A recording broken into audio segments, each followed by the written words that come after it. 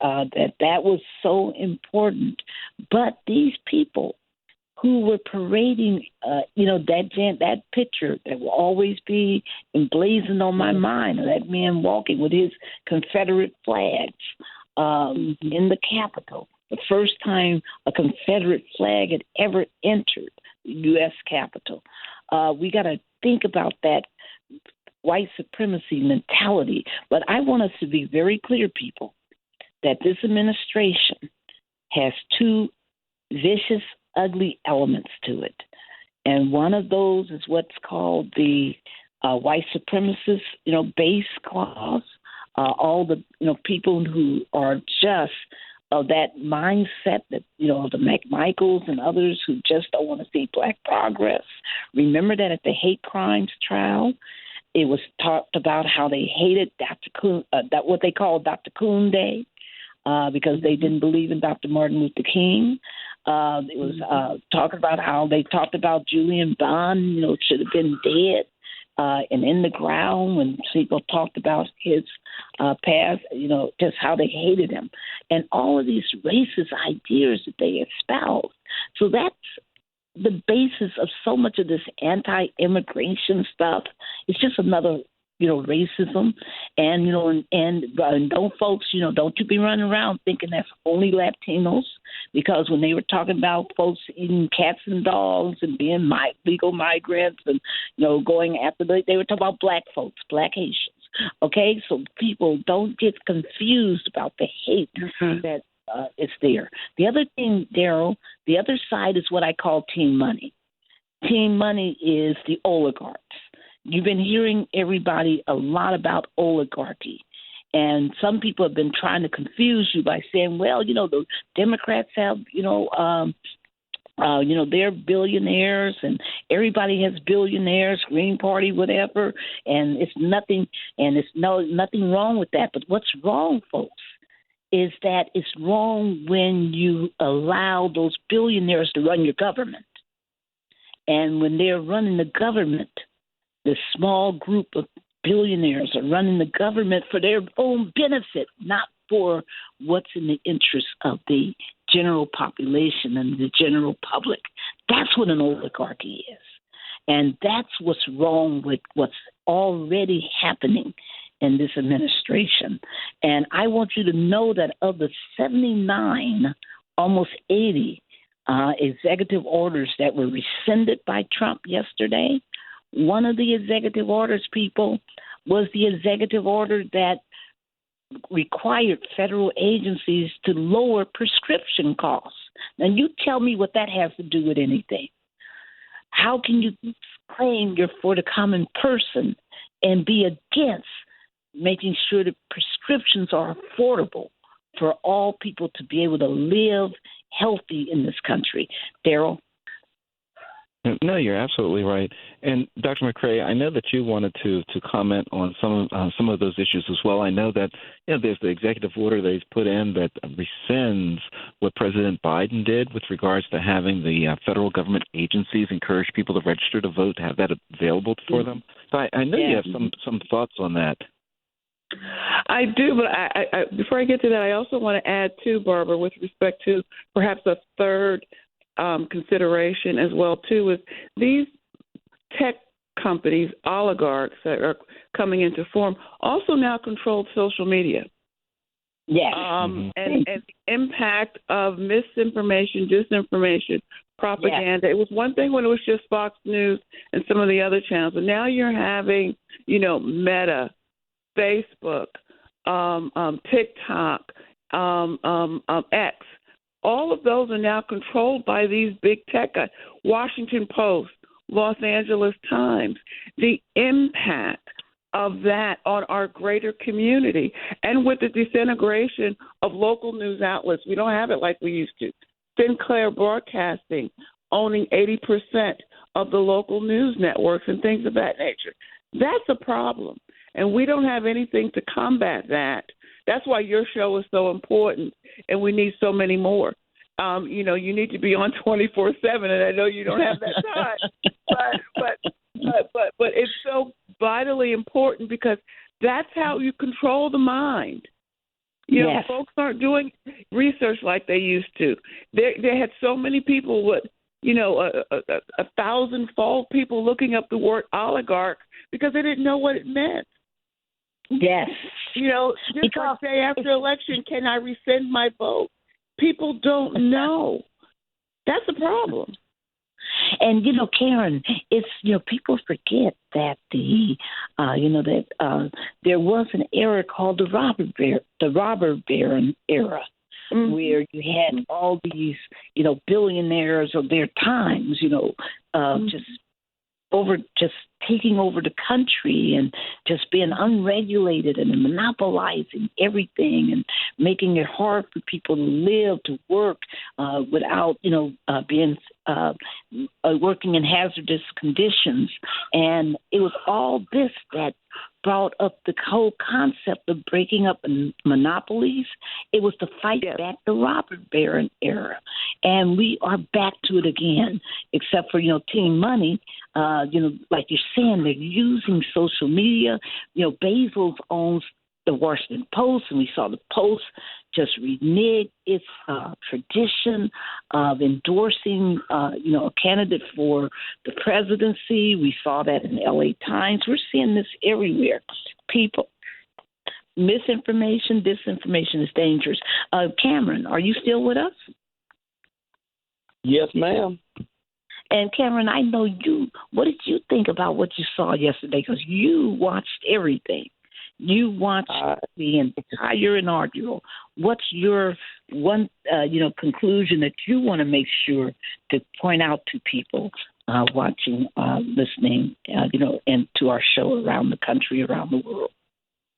Absolutely. Although it was Martin Luther King Day, I did force myself, and it was a force to watch this entire inauguration from start to finish. But I seek to be a very informed citizen, even on subjects that I don't want to agree with. And I would like for us to be able to understand. You took the words right out of my mouth.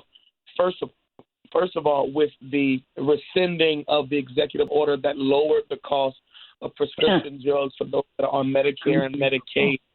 All of us know someone who have some kind of pre-existing condition. This has always not been about just making America great again. This has been about really hatred, envy. This has been about undoing what President Joe Biden and Vice President Kamala Harris have spent the last 4 years doing under the Biden-Harris administration. Of course, we're nonpartisan here, but we're just talking about what the facts are. The facts are the facts. And, I don't know if I want to go here, but I was doing all right, Attorney Arnwine, Attorney General, and Dr. McRae. I was doing all right, just kind of watching this, cringing a little bit. But when we got to the benediction in the Capitol and we heard Pastor Lorenzo Sowell from Detroit, Michigan, give one of the benedictions, the complete mockery, if you will, of the Reverend Dr. Martin Luther King's words on his federal holiday. While you have folks, if you have noticed, laughing at this young man as he's quote-unquote praying, which he takes this time to give just a remark of, if you will, Dr. King's speech.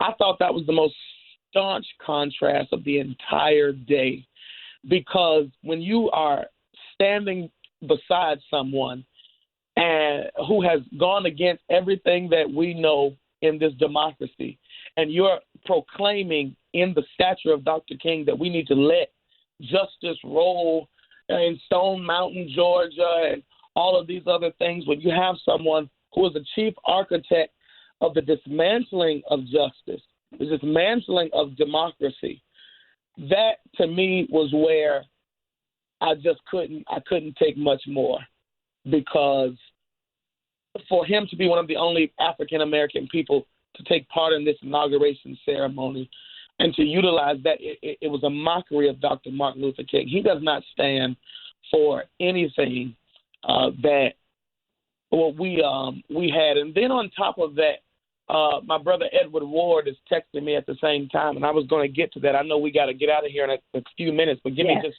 Yeah. 20 more seconds to talk about Elon Musk going to the Capital One Arena and thanking his supporters for what seemed to be a Nazi salute, what we have seen in Nazi Germany, what we have seen in the genocide of a people.